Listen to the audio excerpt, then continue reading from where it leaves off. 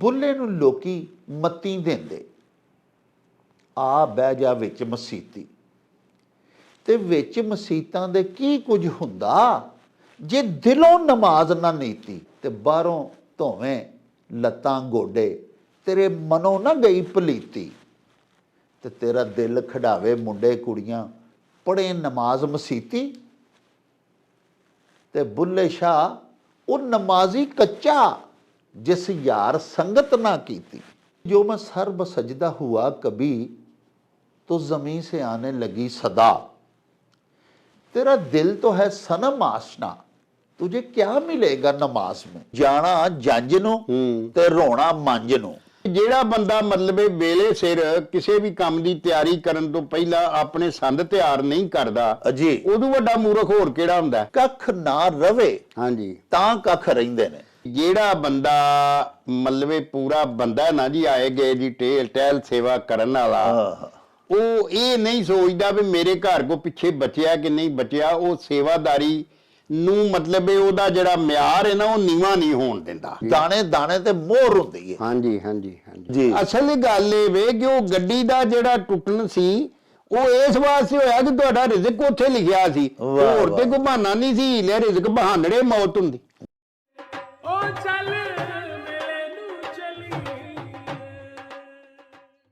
ਬਿਸਮਿल्लाहिर्रहमानिर्रहीम।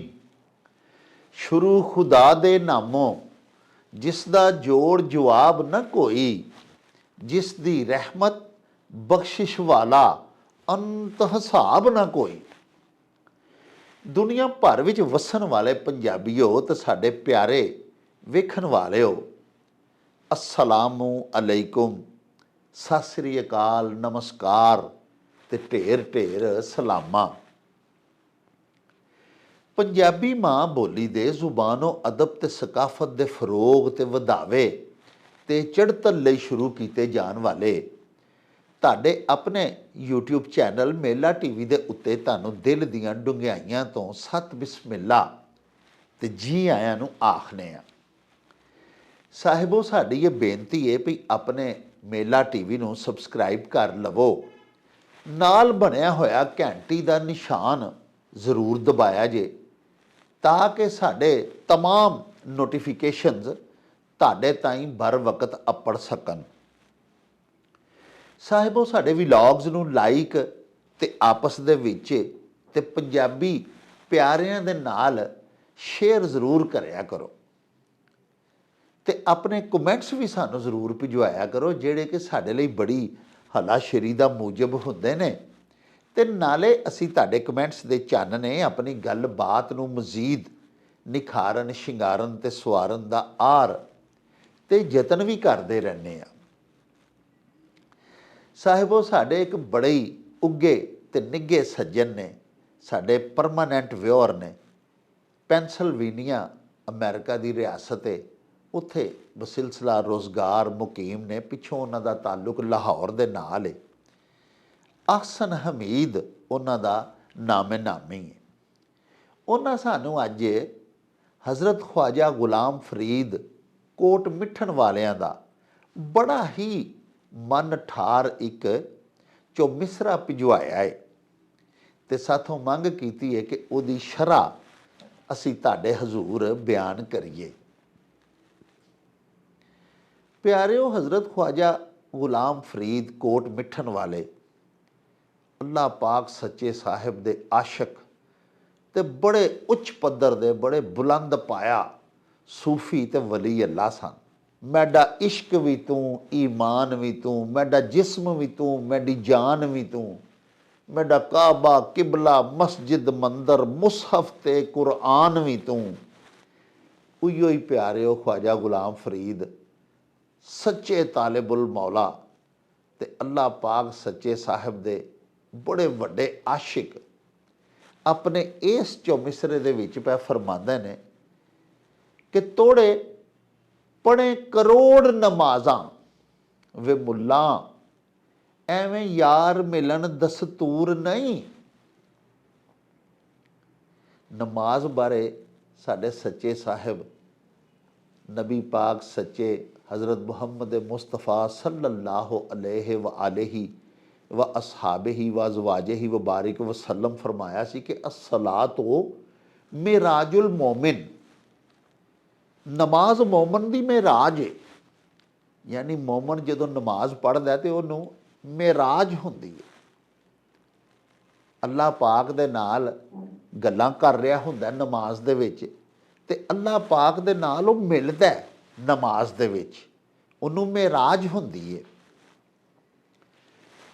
फरमांदे ने पे हज़रत ख्वाजा गुलाम फरीद के तोड़े पड़े करोड़ नमाज़ां में मुल्ला, एवें यार मिलन दस्तूर नहीं कि ए जाहिद ए आबिद इबादत करने वालिया तू करोड़ों नमाज़ां पढ़ लवें, इस तरह अल्लाह पाक सच्चे साहिब दा कुर्ब तेनों नहीं मिलेगा, अल्लाह पाक दा विसाल नहीं होवेगा। फिर किस तरह होवेगा, ये अगले मिसरे च पे दस देन। जै ताई दिल ना साजिद थीवे,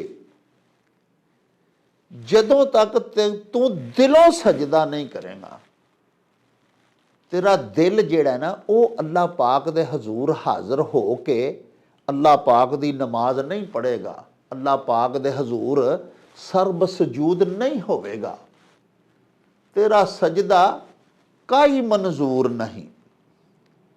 जै ताई दिल ना साजिद थीवे, तेरा सजदा कोई मंजूर नहीं। जदों ताई तेरा दिल सजदे ना करे, तू दिलों हो के सजदा ना करें। ये भी प्यारे नबी पाक दी बड़ी प्यारी हदीस पाक है। हज़रत उमर पाक रज़ी अल्लाह तआला अन्हो नू फरमाया सी सच्चे साई ने, भई ए उमर ला सलाता इल्ला बेहजूरिल कल्बे, ए उमर वो नमाज ही नहीं जिहदे विच दिल दी हजूरी नहीं नमाज दे विच, यानी दिलों हो के तू नमाज नहीं पढ़ी, तेरा दिल जेड़ा है वो अल्लाह पाक वाल नहीं सी बवक्ते नमाज, तो तेरी नमाज होई ही नहीं। अगला मिसरा देखो तुसी की पे फरमांदे ने, वो होर नखेड़दे ने पे, आखदे ने भई चा गैर कनो दिल दूर करें, दिल नू अल्लाह पाक दे सिवा तमाम मां सिवा अल्लाह तो दूर कर दे, दिल नू साफ ते पाक कर लै। नमाज दे वेले सिर्फ तू होवें, तेरे सामने तेरा माबूद होवे, अल्लाह पाक दे हजूर तू सजदा कर रहा होवें, और हालत तेरी ये होवे कि जिवें नमाजे जाहिदां सजदा सजूदस्त ते नमाजे आशकां तरके वजूदस्त।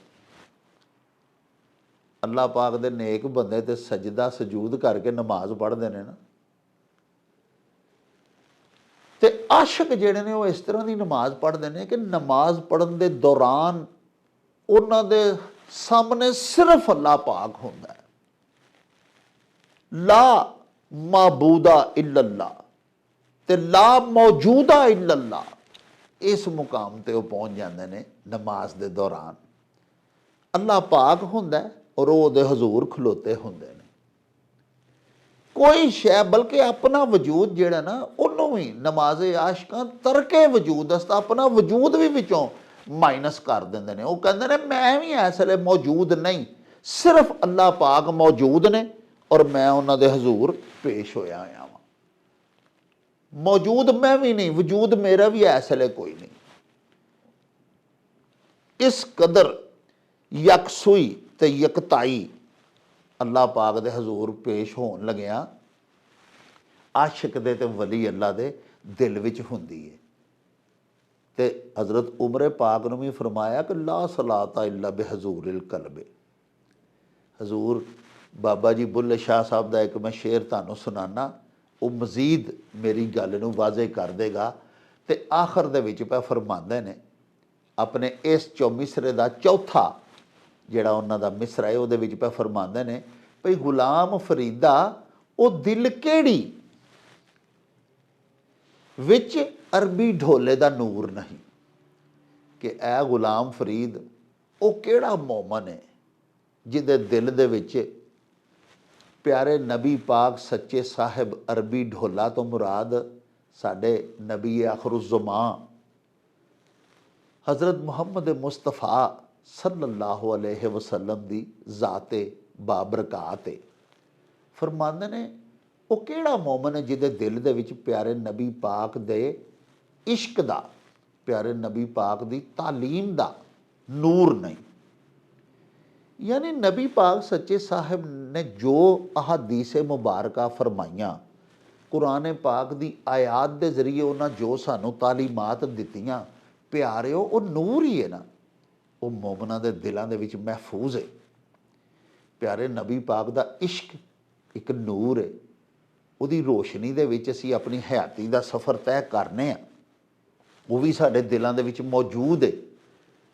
ਤੇ ਪਿਆਰੇ ਨਬੀ ਪਾਕ ਦੀਆਂ ਤਾਲੀਮਾਤ ਤੇ ਇਹੋ ਹੀ ਨੇ ਨਾ ਕਿ ਅਸਲਾਤੁ ਮੇਰਾਜੁਲ ਮੋਮਿਨ, ਨਮਾਜ਼ ਮੋਮਨ ਦੀ ਮੇਰਾਜ ਹੈ।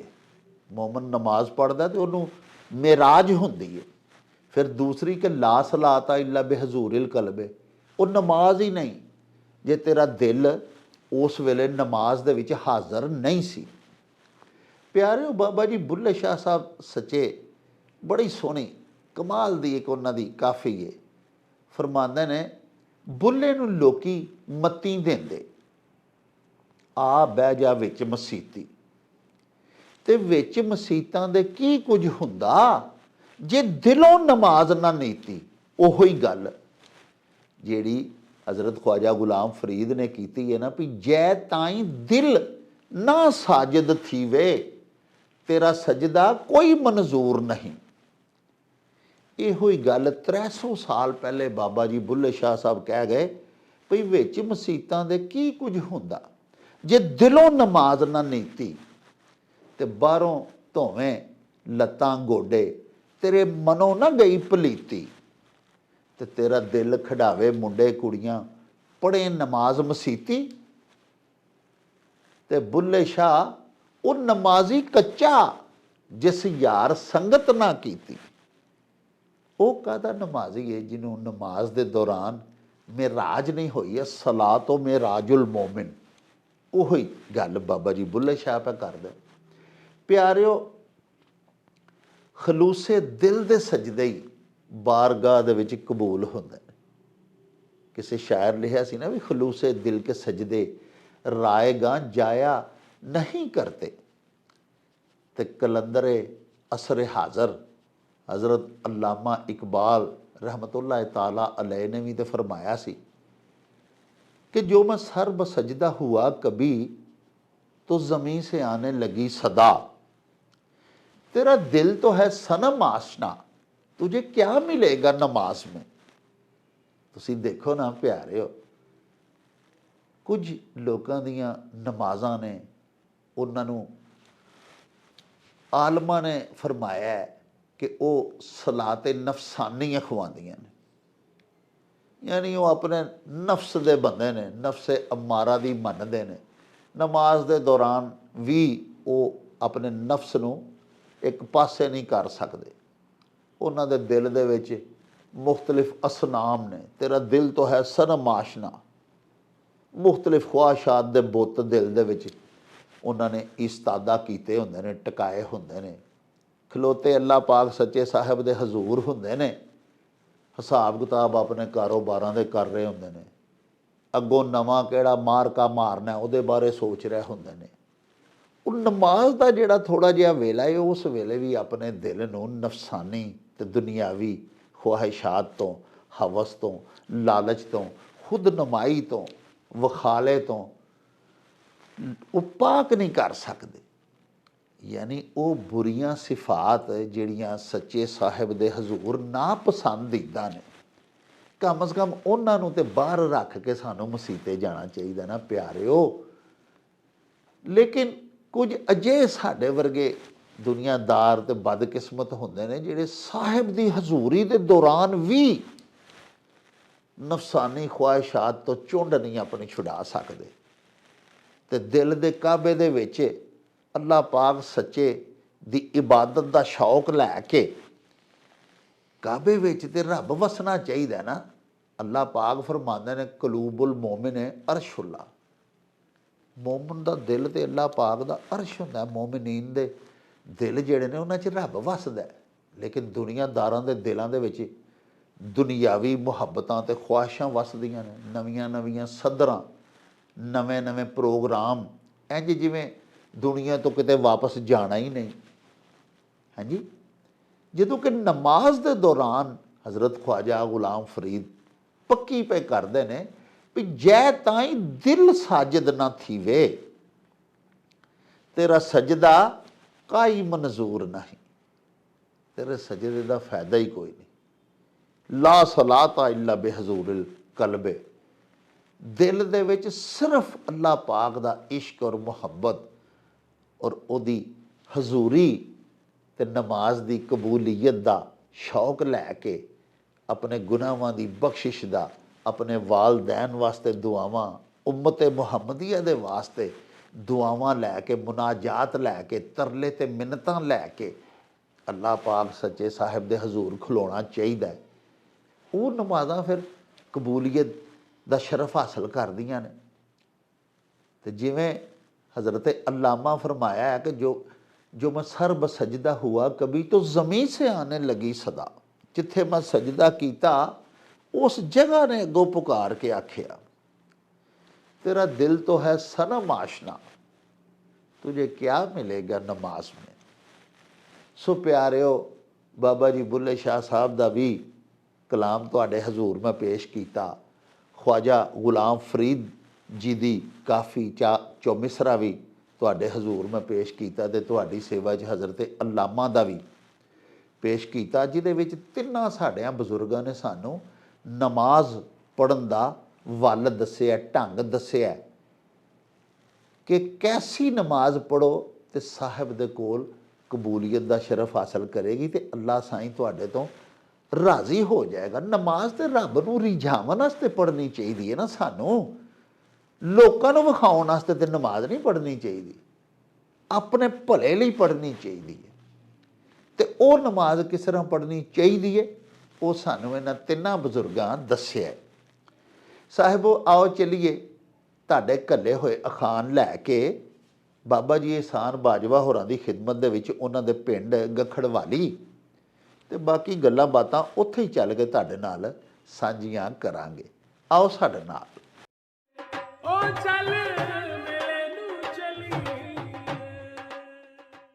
अस्सलामुअलैकुम जनाब बाजवा साहब जी। बिस्मिल्लाह जी। वालेकुम सलाम डॉक्टर साहब, खैर होवे जी, जिउंदे वसदे रहो जी, खैरियां हो जी। बड़ी नवाज़िश, बड़ी मेहरबानी जनाब। अच्छा मेरी सरकार, अज जनाब सब तो पहला जिहड़ा साडा अखान है जी जी जी, वो साडे बड़े प्यारे मित्र ने, साडे मुस्तकिल नाज़र ने जी जी जी, फैसलाबाद नाल उन्हां दा ताल्लुक है जी जी, शाहिद एजाज साहब जी जी जी। उन्हां जनाब अखान भिजवाया है भई जाना जंज नूं ते रोना मंज नूं। हाँ जी, जंज नूं जदों जाना होए ना जी, ते किसी भी विआह च जाना होए तो उदों पहलां लीड़े शीड़ियां दा अपना इंतजाम करके रखना चाहिए। वाह वाह। ते मन जांदे ने मजला मजली, साडी जिहड़ी चंगी झंगोची बोली आ उहदे विच मंजली तहमत नूं आंदे ने मांजी, ते मझ लुंगी वारिस शाह भी इस्तेमाल कीता है कि लाखों ने लुंगी बद्धी सी जी जी। ते मतलब है कि जदों जंज नूं जाना है तो उस वेले फिर ये आखना वो मेरा तहमत कित्थे गुआच गया, वो मैनूं लभदे नहीं पे, कपड़े नहीं पे लभदे, वो ते सारा कुछ पहलां तैयार करके किली ते टंगिया होना चाहिए। वाह वाह है जी। ते जेड़ा बंदा मतलब वेले सिर किसी भी काम की तैयारी करन तो पहला अपने संद तैयार नहीं करदा जी, उदों वड्डा मूर्ख होर किहड़ा हुंदा हाँ। ते ओ जनाब जदों जंज उधरों जंज चढ़ी उधरों वाजे पे वजदे ने छेती आ जाओ, ओहदा तहमत नहीं पिया लभदा है जी, या कुर्ता नहीं लभदा पिया भी वो कपड़े कित्थे ने, वो किहड़ा रख के बीबियां टुर गईयां ने कोठे ते चढ़ के जंज पईयां वेंदियां ने, तो मैनूं कपड़े कित्थों लभण मैं पा के जावां। तो ये इहदे च दस्सिया गया जी कि ਜਿਹੜੇ ਲੋਕ मतलब ਜਿਨ੍ਹਾਂ ਦੀ ਜ਼ਿੰਦਗੀ ਜਿਹੜੀ ਆ ਪੂਰੀ ਮੁਨੱਜ਼ਮ ਨਹੀਂ ਨਾ ਹੁੰਦੀ ਸਹੀ ਸਤਰਾਣੀ ਜ਼ਿੰਦਗੀ ਕਿ ਹਰ ਕੰਮ ਨੂੰ ਵੇਲੇ ਸਿਰ ਨਹੀਂ ਕਰਦੇ ਹਾਂਜੀ ਜਾਂ ਕਰਨ ਦੇ ਉਹਨਾਂ ਦੀ ਆਦਤ ਨਹੀਂ ਹੁੰਦੀ, ਇਹ ਉਹਨਾਂ ਦੇ ਬਾਰੇ ਚ ਵੀ ਜੰਜ ਨੂੰ ਜਾਣਾ ਹੈ ਤੇ ਤੈਨੂੰ ਕਮ ਸੇ ਕਮ ਪਹਿਲਾਂ ਤੇ ਖਿਆਲ ਹੋਣਾ ਚਾਹੀਦਾ ਵੀ ਲੀੜੇ ਇੱਥੇ ਇਸਤਰੀ ਕਰਕੇ ਜੇ ਬਿਲਕੁਲ ਹੈ ਟਸ਼ਨ ਟੁਸ਼ਨ ਹੋ ਕੇ ਮਾਇਆ ਜਾਂ ਲਾ ਕੇ ਟੰਗੇ ਹੁੰਦੇ ਜੀ ਤੂੰ ਜਦੋਂ ਪਾਣੇ ਨੇ ਪਾ ਕੇ ਤੇ ਜਦੋਂ ਜੰਜ ਦਾ ਹੁਕਮ ਮਿਲੇ ਉਹਦੇ ਨਾਲ ਤਿਆਰ ਹੋ ਜਾ। ਵਾਹ ਵਾਹ ਲਓ ਜੀ ਪਿਆਰਿਓ, ਅਖਾਣ ਸੀ ਵੀ ਜਾਣਾ ਜੰਜ ਨੂੰ ਤੇ ਰੋਣਾ ਮੰਜ ਨੂੰ। ਬਾਈਵਾ ਸਾਹਿਬ ਫਰਮਾਇਆ ਵੀ ਜਿਹੜੇ ਕੰਮ ਠੁੱਕ ਸਿਰ ਬਰ ਮੌਕਿਆ ਬਰ ਮਹਿਲ ਅਸੀਂ ਨਹੀਂ ਕਰਦੇ। ਵੇਖੋ ਨਾ, ਹਰ ਈਵੈਂਟ ਦੀਆਂ ਕੁਝ ਰਿਕੁਆਇਰਮੈਂਟਸ ਹੁੰਦੀਆਂ ਨੇ। ਮਿਸਾਲ ਦੇ ਤੌਰ ਤੇ ਸ਼ਾਦੀ ਹੈ, ਸਾਡੇ ਘਰ ਵਿਆਹ ਹੁੰਦੇ ਆ ਮੇਰੇ ਪੁੱਤਰ ਦਾ, ਮੇਰੇ ਭਰਾ ਦਾ, ਉਹਦੀ ਤਿਆਰੀ ਸਾਨੂੰ ਅਗਦੋਂ ਕਰਨੀ ਚਾਹੀਦੀ ਹੈ। ਇਸੇ ਤਰ੍ਹਾਂ ਦਾ ਹੀ, ਇਸੇ ਮਫਹੂਮ ਦਾ ਹੀ ਇੱਕ ਹੋਰ ਅਖਾਣ ਵੀ ਹੈ ਵੀ ਬੂਹੇ ਆਈ ਜੰਜ ਤੇ ਵਿਨੋ ਕੁੜੀ ਦੇ ਕੰਨ। ਇਹ ਵੀ ਅਜਿਹੇ ਬੰਦਿਆਂ ਵਾਸਤੇ ਆਖਿਆ ਜਾਂਦਾ ਹੈ ਜਿਹੜੇ ਬਰ ਵਕਤ ਕੰਮ ਨਹੀਂ ਕਰਦੇ, ਜਿਹੜੇ ਕੰਮ ਨੂੰ ਅਗਦੋਂ ਕਰਕੇ ਰੱਖਣਾ ਚਾਹੀਦਾ। ਵਿਆਹ ਦੀ ਤਿਆਰੀ ਉਸੇ ਵੇਲੇ ਤੇ ਨਹੀਂ ਨਾ ਹੁੰਦੀ ਜੀ, ਉਹ ਤੇ ਬਹੁਤ ਦਿਨ ਪਹਿਲੇ ਤਿਆਰੀ ਸ਼ੁਰੂ ਕਰ ਦੇਣੀ ਚਾਹੀਦੀ ਹੈ। ਆਪਣੇ तमाम ਲਵਾਜ਼ਮਾਤ, ਕੱਪੜਾ ਲੀੜਾ, ਜੁੱਤੀ, ਪੱਗ, ਪਰਨਾ, ਜੋ ਜੋ ਕੁਝ ਲੈਣਾ ਬੰਦੇ ਨੂੰ, ਉਹ ਬੰਦੇ ਨੂੰ ਚਾਹੀਦਾ ਕਿ ਉਹਦਾ ਸਾਰਾ ਇਹਤਮਾਮ ਤੇ ਇੰਤਜ਼ਾਮ ਕਰਕੇ ਰੱਖੇ। ਐਨ ਵਿਆਹ ਦੇ ਟਾਈਮ ਉਹਨੂੰ ਮੰਜ ਨੂੰ ਰੋਣ ਲੱਗ ਪਵੇ ਵੀ ਮੇਰੀ ਲੱਕ ਦੀ ਕਿੱਥੇ ਗਈ, ਮੇਰੀ ਧੋਤੀ ਨਹੀਂ ਪਈ ਲੱਭਦੀ, ਉਹ ਫਿਰ ਆਵਾਜ਼ਾਰੀ ਦਾ ਸਾਰਾ ਸਬੱਬ ਬਣਦਾ। ਔਰ ਸਾਰੇ ਘਰ ਦੇ ਵਿੱਚ ਖੁਸ਼ੀ ਦੇ ਮੌਕੇ 'ਚ ਸਮਝੋ ਕੜਾਮ ਪੈ ਗਿਆ ਕਿ ਨਾ, ਇੱਕ ਬੰਦੇ ਦੀ ਬੇਵਕੂਫੀ ਦੀ ਵਜ੍ਹਾ ਨਾਲ। ਚੁਨਾਚਾ ਸਾਨੂੰ ਹਰ ਕੰਮ ਜ਼ਿੰਮੇਦਾਰੀ ਨਾਲ ਕਰਨਾ ਚਾਹੀਦਾ। ਇਹ ਇਸ ਅਖਾਣ 'ਚ ਸਾਨੂੰ ਦੱਸਿਆ ਗਿਆ ਹੈ।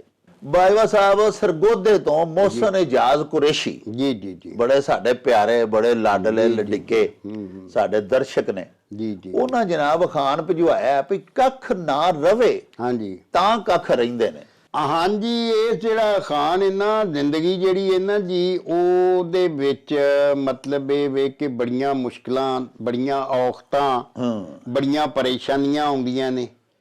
ਤੇ ਜਿਹੜਾ ਬੰਦਾ ਮਤਲਬ ਪੂਰਾ ਬੰਦਾ ਨਾ ਜੀ, ਆਏ ਗਏ ਦੀ ਟੇਲ ਟਹਿਲ ਸੇਵਾ ਕਰਨ ਵਾਲਾ, ਉਹ ਇਹ ਨਹੀਂ ਸੋਚਦਾ ਵੀ ਮੇਰੇ ਘਰ ਕੋ ਪਿੱਛੇ ਬਚਿਆ ਕਿ ਨਹੀਂ ਬਚਿਆ। ਉਹ ਸੇਵਾਦਾਰੀ ਨੂੰ ਮਤਲਬ ਉਹਦਾ ਜਿਹੜਾ ਮਿਆਰ ਹੈ ਨਾ, ਉਹ ਨੀਵਾਂ ਨਹੀਂ ਹੋਣ ਦਿੰਦਾ। ਹਾਂਜੀ, ਵੀ ਜਦੋਂ ਉਹਦਾ ਘਰ ਵਿੱਚ ਮਤਲਬ ਅਗਰ ਕੱਖ ਵੀ ਨਾ ਰਹਿ ਜੇ, ਫਿਰ ਉਹਦੇ ਕੱਖ ਰਹਿੰਦੇ ਨੇ ਕਿ ਉਹਦੀ ਲੋਕਾਂ ਦੇ ਵਿੱਚ ਜਿਹੜੀ ਫਿਰ ਬੋਲੀ ਹੁੰਦੀ ਹੈ ਨਾ, ਜਿਹੜੀ ਆਵਾਜ਼ ਹੁੰਦੀ ਹੈ ਉਹਦੀ ਲੋਕਾਂ ਦੇ ਵਿੱਚ ਕਿ ਯਾਰ ਫਲਾਣਾ ਬੜਾ ਟਹਿਲ ਸੇਵਾ ਆਏ ਗਏ ਦਾ ਮਤਲਬ ਇਹ ਬੜਾ ਤਗੜਾ ਪ੍ਰਾਹੁਣਚਾਰ ਹੈ। ਹਾਂਜੀ, ਪ੍ਰਾਹੁਣਚਾਰ ਆਂਦੇ ਨੇ ਮੇਜ਼ਬਾਨ ਨੂੰ ਵਾਹ ਪੰਜਾਬੀ ਚ। ਵਾਹ ਵਾਹ। ਤੇ ਮਤਲਬ ਇਹ ਵੇ ਕਿ ਉਹ ਜਿਸ ਤਰ੍ਹਾਂ ਦੇ ਨੇ ਪਾਸਾ ਇੱਕੋ ਹੀ ਰਹਿੰਦਾ, ਹੀਰੇ ਜਾਂ ਖੇੜੇ ਜਾਂ ਰਾਂਝਾ। ਹਾਂਜੀ, ਤੇ ਜਦੋਂ ਜਿਹੜੇ ਲੋਕ ਫਿਰ ਆਂਦੇ ਨੇ ਨਾ ਘਰ ਨੂੰ ਬਚਾ ਲਈਏ, ਹਾਂਜੀ, ਤੇ ਉਹਨਾਂ ਦਾ ਜਿਹੜਾ ਬਾਹਰ ਦੀ ਲੋਕਾਂ ਦੀ ਨਜ਼ਰ 'ਚ ਇੱਜ਼ਤ ਆਦਰ ਹੈ ਨਾ, ਉਹ ਫਿਰ ਉਹ ਨਹੀਂ ਰਹਿ ਸਕਦਾ। ਕਿਉਂਕਿ ਘਰ ਖੁਆਇਆ ਹੀ ਲੋਕ ਜਿਹੜੀ ਹੈ ਨਾ ਤੁਹਾਡੀ ਸਿਫਤ ਕਰਦੇ ਨੇ।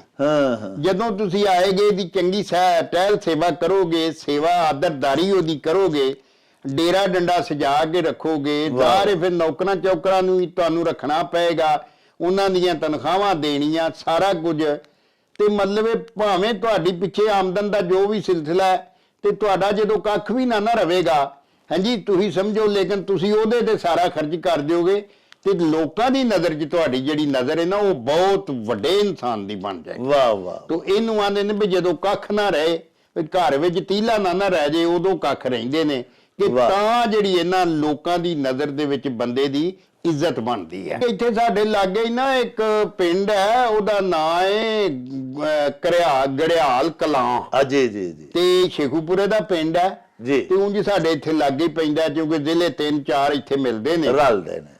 ਤੇ ਉਥੋਂ ਦੀ ਗੱਲ ਹੈ ਬੜੀ ਪੁਰਾਣੇ ਜ਼ਮਾਨੇ 'ਚ ਕਿ ਪੇਰਨੀ ਉਸ ਪਿੰਡ ਆਈ। ਤੇ ਉਹ ਜਿਹੜੇ ਬਾਜ਼ੀਗਰ ਨਹੀਂ ਸਨ ਹੁੰਦੇ, ਜੀ ਜੀ, ਤੋਂ ਬਾਜ਼ੀਆਂ ਪਾਉਂਦੇ, ਤੇ ਉਹਦੇ ਤੋਂ ਬਾਅਦ ਉਹਨਾਂ ਨਾਲ 4 ਬਾਂਸ ਬੰਨ ਕੇ ਤੇ ਉਹਨਾਂ ਦੇ ਵਿਚਕਾਰ ਰੱਸੇ ਦੇ ਉੱਤੇ ਨਾ ਉਹ ਟੁਰਨਾ, ਉਹਨੇ ਪੇਰਨੀ ਨੇ, ਜਿਹੜੀ ਉਹਨਾਂ ਦੀ ਬੀਬੀ ਹੁੰਦੀ ਸੀ ਕੋਈ।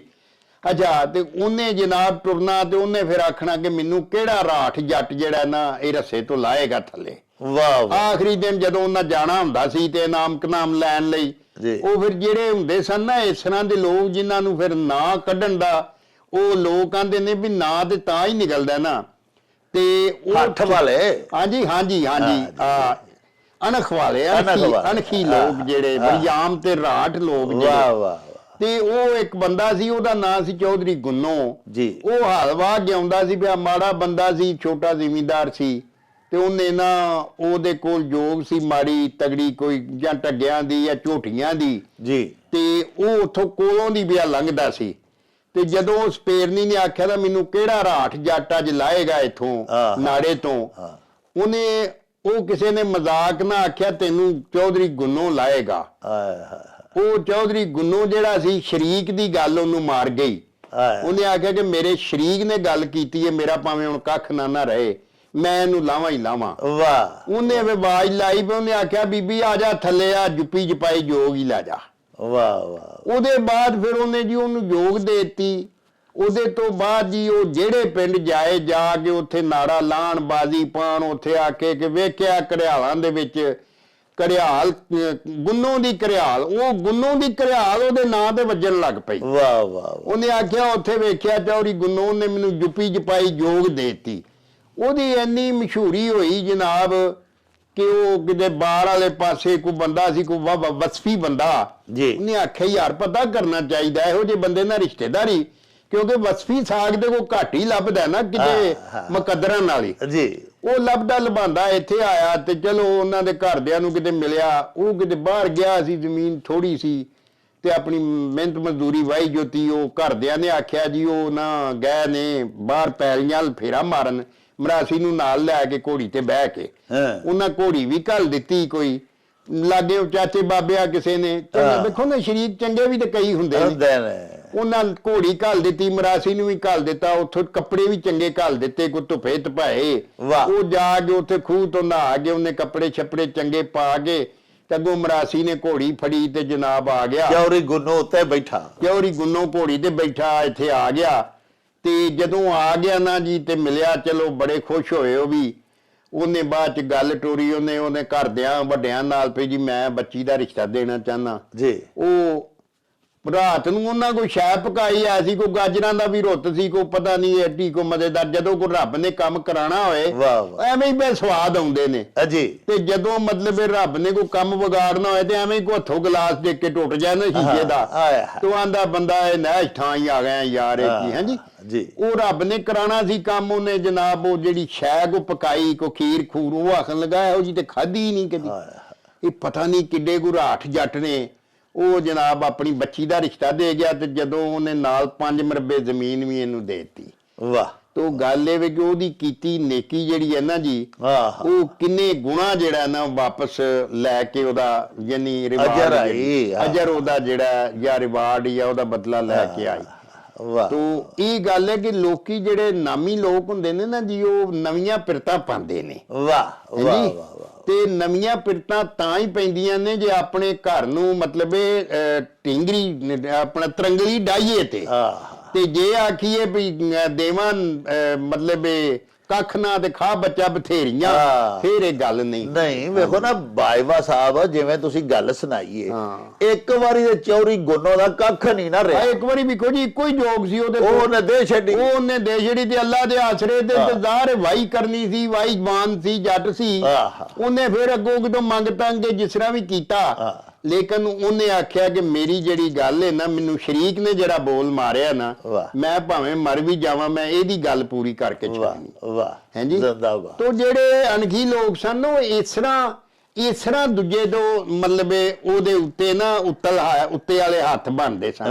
ਇਹ ਜਿਹੜਾ ਨਾ ਜਿਹੜੇ ਖਾਨਦਾਨੀ ਲੋਕ ਸਨ ਉਹ ਕਦੀ ਵੀ ਸ਼ਰੀਕ ਨੂੰ ਮਾਰਦੇ ਨਹੀਂ ਸਨ। ਉਹ ਆਂਦੇ ਸਨ ਸ਼ਰੀਕ ਮਾਰ ਛੜਿਆ ਤੇ ਸਵਾਦ ਕਾਹਦਾ, ਸ਼ਰੀਕ ਨੂੰ ਜਿਉਂਦਾ ਰਹਿਣਾ ਚਾਹੀਦਾ ਤੇ ਥੱਲੇ ਲੱਗ ਕੇ ਰਹੇ। ਯਾਨੀ ਅਸੀਂ ਬਹੁਤੀ ਕਰਤੂਤ ਕਰੀਏ ਉਹਦੇ ਨਾਲ ਵੱਡੀ। ਹੈ ਜੀ।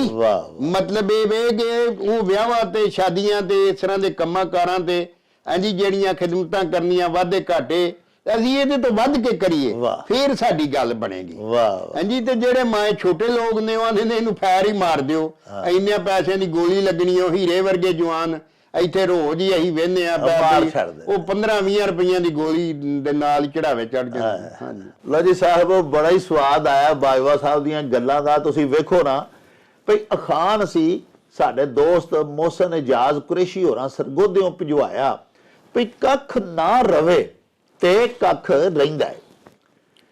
ਕੱਖ ਨਾ ਰਵੇ ਮਤਲਬ ਬਿਲਕੁਲ ਬੰਦਾ ਇੱਕ ਵਾਰੀ ਤਾਂ ਫਾਂਗ ਹੀ ਹੋ ਜਾਏ, ਜੋ ਹੋਵੇ ਲੁਟਾ ਦਿਓ, ਤੇ ਫਿਰ ਕੱਖ ਰਹਿੰਦਾ ਹੈ। ਦੂਜੇ ਕੱਖ ਰਹਿਣ ਦਾ ਮਤਲਬ ਪਿਆਰੇ ਹੋਏ ਵੇ ਕਿ ਫਿਰ ਇੱਜ਼ਤ ਬਚਦੀ, ਫਿਰ ਬੰਦੇ ਦੀ ਗੱਲ ਬਣਦੀ ਹੈ। ਜ਼ਿੰਦਗੀ ਇੱਕ ਔਕੜਾਂ ਵਾਲੀ ਰੁਕਾਵਟਾਂ ਵਾਲੀ ਦੌੜ ਹੈ। ਇਹਦੇ ਵਿੱਚ ਬਹੁਤ ਸਾਰੀਆਂ ਰੁਕਾਵਟਾਂ ਆਉਂਦੀਆਂ ਨੇ। ਬੰਦੇ ਨੂੰ ਘਬਰਾਉਣਾ ਨਹੀਂ ਚਾਹੀਦਾ, ਮਰਦਾਨਾ ਵਾਰ ਪੂਰੀ ਭਰ ਮਰਦਾਨਾ ਹੋ ਕੇ ਤੇ ਜ਼ਿੰਦਗੀ ਦੀ ਦੌੜ 'ਚ ਹਿੱਸਾ ਲੈਣਾ ਚਾਹੀਦਾ।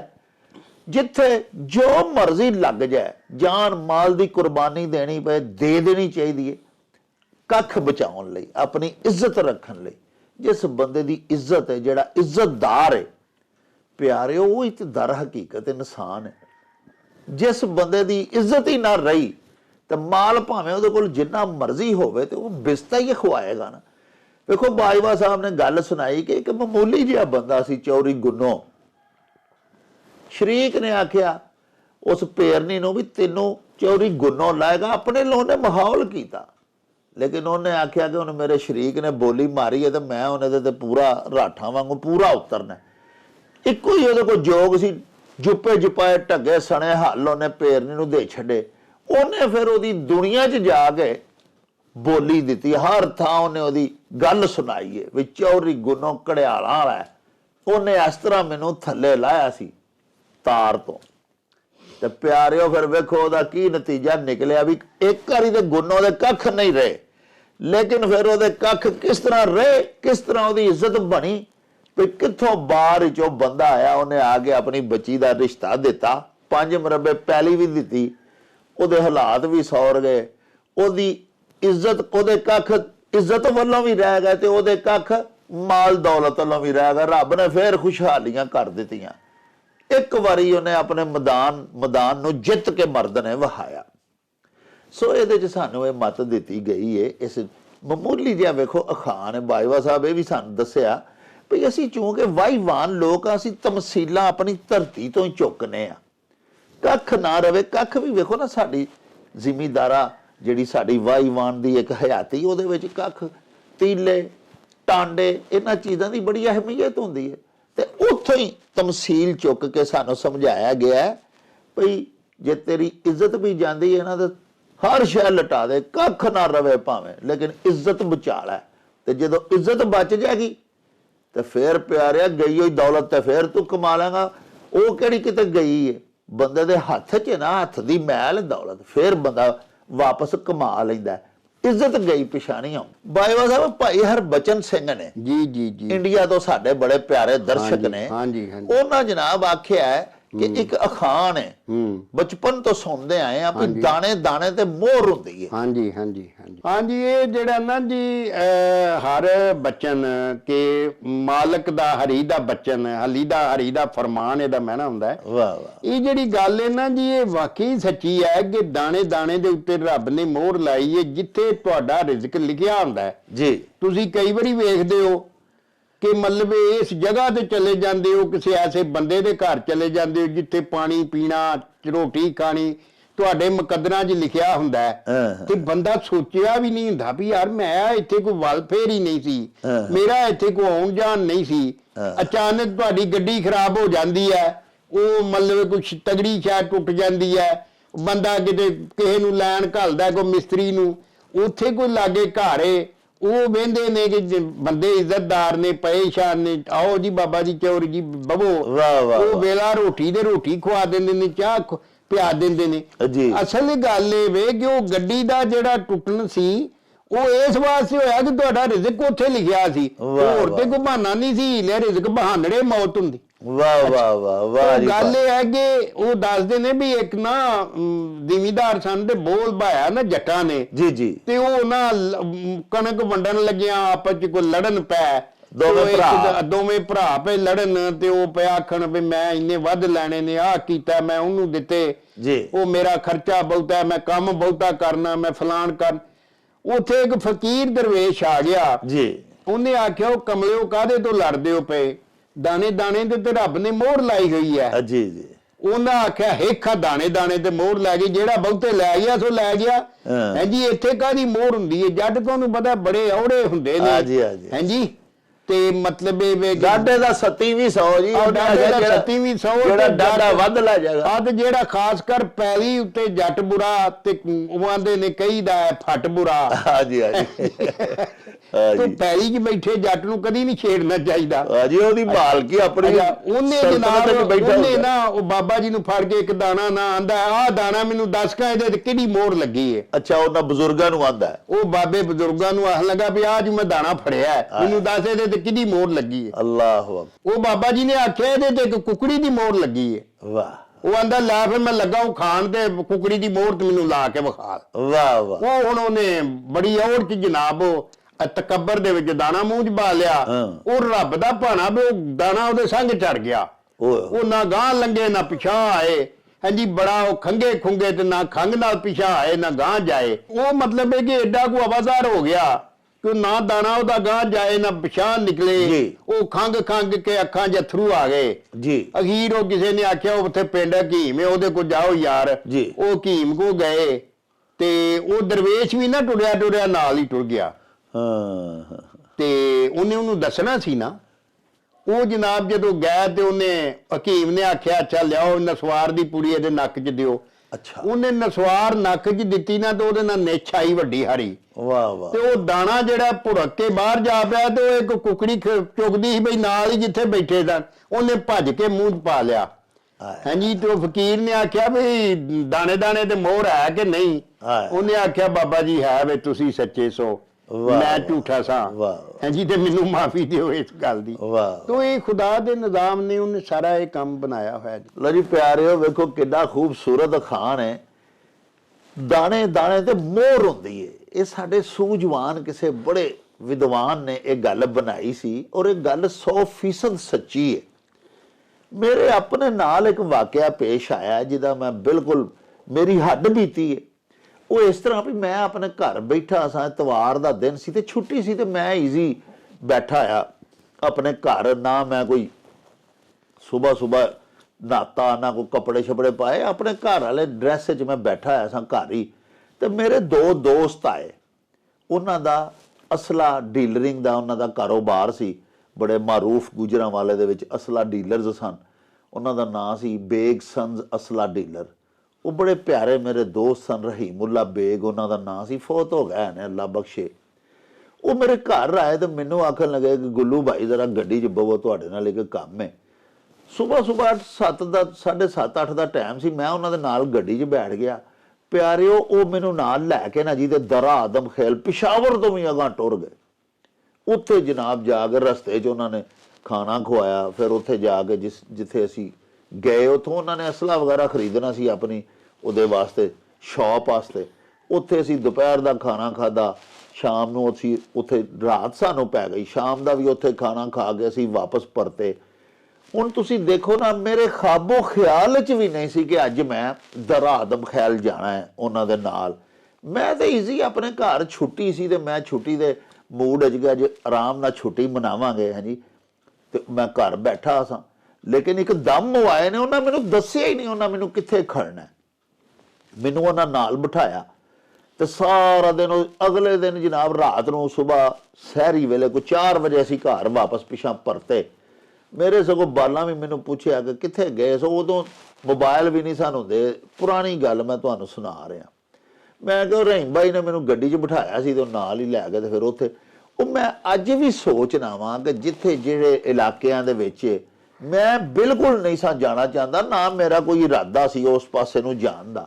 ਲੇਕਿਨ ਉਹ ਬਾਜਵਾ ਸਾਹਿਬ ਵਾਲੀ ਗੱਲ ਕਿ ਮੇਰਾ ਉੱਥੇ ਰਸਤੇ 'ਚ ਜਿੱਥੇ ਮੈਂ ਪਾਣੀ ਪੀਤਾ ਉੱਥੇ ਮੇਰਾ ਪਾਣੀ ਲਿਖਿਆ ਸੀ ਔਰ ਉਸੇ ਇਤਵਾਰ ਵਾਲੇ ਦਿਨ ਮੈਂ ਉੱਥੇ ਜਾ ਕੇ ਉਸੇ ਵਕਤ ਤੇ ਉਹ ਪਾਣੀ ਪੀਣਾ ਸੀ, ਉਹ ਖਾਣਾ ਖਾਣਾ ਸੀ।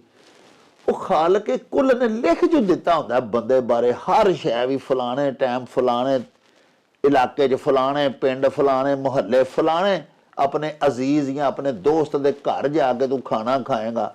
ਜਾਂ ਜਿਵੇਂ ਬਾਜਵਾ ਸਾਹਿਬ ਦੱਸਿਆ, ਇਹ ਵੀ ਵਾਕਿਆ ਮੇਰੇ ਨਾਲ ਬੀਤਿਆ ਜਿਹੜਾ ਬਾਜਵਾ ਸਾਹਿਬ ਦੱਸਿਆ। ਇੱਕ ਵਾਰੀ ਵਿਹਾੜੀ ਤੋਂ ਮੈਂ ਆ ਰਿਹਾ ਸਾਂ ਤੇ ਮੇਰੀ ਚੱਲਦੀ ਗੱਡੀ ਜਿਹੜੀ ਹੈ ਨਾ ਜੀ ਕਾਰ, ਉਹਦਾ ਖੱਬੇ ਪਾਸੇ ਵਾਲਾ ਅਗਲਾ ਟਾਇਰ ਚੱਲਦੀ ਗੱਡੀ ਦਾ ਨਿਕਲ ਗਿਆ। ਅੱਲਾਹ ਪਾਕ ਦਾ ਇਹਸਾਨ ਹੋਇਆ ਕਿ ਮੇਰੀ ਗੱਡੀ ਸਪੀਡ 'ਚ ਨਹੀਂ ਸੀ। ਬਹਰਹਾਲ ਟਾਇਰ ਆੜ ਜਿਹਾ ਖੁੱਲ ਗਿਆ ਤੇ ਗੱਡੀ ਦਾ ਮੇਰੀ ਦਾ ਟਾਇਰ ਉੱਥੇ ਨਿਕਲ ਗਿਆ।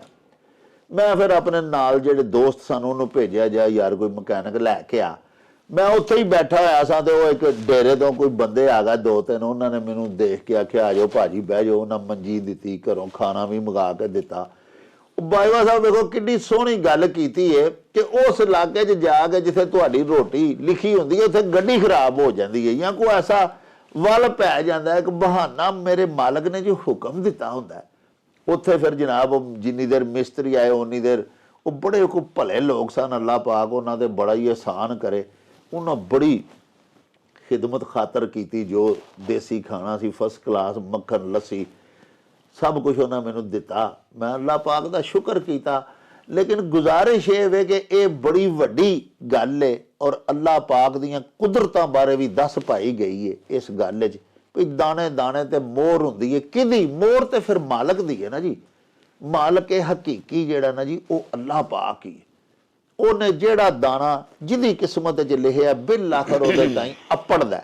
ਜਿਵੇਂ ਬਾਜਵਾ ਸਾਹਿਬ ਨੇ ਫਕੀਰ ਵਾਲੀ ਗੱਲ ਸੁਣਾਈ ਕਿ ਇਹ ਜਿਹੜਾ ਦਾਣਾ ਹੈ ਤੇ ਕੁਕੜੀ ਨੇ ਖਾਣਾ ਔਰ ਫਿਰ ਉਹ ਕੁਕੜੀਓ ਹੀ ਖਾਦਾ। ਸਾਹਿਬੋ ਅੱਲਾਹ ਪਾਕ ਸੱਚੇ ਸਾਹਿਬ ਦੇ ਉੱਤੇ ਹੀ ਸਾਨੂੰ ਤਕੀਆ ਤੇ ਯਕੀਨ ਕਰਨਾ ਚਾਹੀਦਾ ਹੈ। ਉਹੋ ਹੀ ਰਾਜ਼ਕ ਹੈ, ਉਹੋ ਹੀ ਮਾਲਕ ਹੈ, ਉਹੋ ਹੀ ਸਾਡਾ ਖਾਲਕ ਹੈ। ਅਤੀਉल्लाह व ਅਤੀਉਰ ਰਸੂਲ ਦੇ ਉੱਤੇ ਸਾਨੂੰ ਕਾਰਬੰਦ ਰਹਿਣਾ ਚਾਹੀਦਾ ਹੈ। ਇਹੋ ਹੀ ਸਾਡੇ ਇਨਸਾਨੀ, ਦੀਨੀ ਔਰ ਦੁਨਿਆਵੀ ਫਲਾਹ ਦਾ ਇੱਕੋ ਹੀ ਰਸਤਾ ਹੈ। ਇਹਦੇ ਨਾਲ ਹੀ ਪਿਆਰਿਓ ਸਾਡੇ ਇਸ ਵਿਲਾਗ ਦਾ ਸਮਾਂ ਬੀਤ ਗਿਆ ਹੈ। ਲਵਾਂਗੇ ਹੁਣ ਤੁਹਾਡੇ ਤੋਂ ਇਜਾਜ਼ਤ। ਲੈਓ ਯਾਰ ਹਵਾਲੇ ਰੱਬ ਦੇ ਤੇ ਮੇਲੇ 4 ਦਿਨਾਂ ਦੇ। ਉਸ ਦਿਨ ਈਦ ਮੁਬਾਰਕ ਹੋਸੀ, ਜਿਸ ਦਿਨ ਫੇਰ ਮਿਲਾਂਗੇ। ਰੱਬ ਰਾਖਾ ਤੇ ਅੱਲਾ ਬੇਲੀ। ਓ ਚੱਲ ਮੇਲੇ ਨੂੰ ਚਲੀਏ।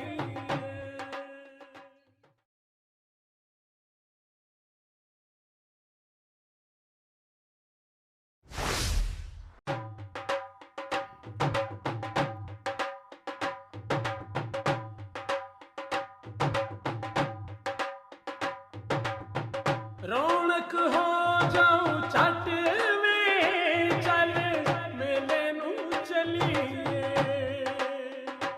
ਓ ਰੌਣਕ ਹੋ ਜਾਊ ਛੱਟ ਵੇ, ਚੱਲ ਮੇਲੇ ਨੂੰ ਚਲੀਏ। ਮੱਲਾ ਕੱਢ ਕੁੜਦੇ ਦੇ ਵੱਟ ਵੇ, ਚੱਲ ਮੇਲੇ ਨੂੰ ਚਲੀਏ। ਹਾਏ ਚੱਲ ਮੇਲੇ ਨੂੰ ਚਲੀਏ। ਓ ਚੱਲ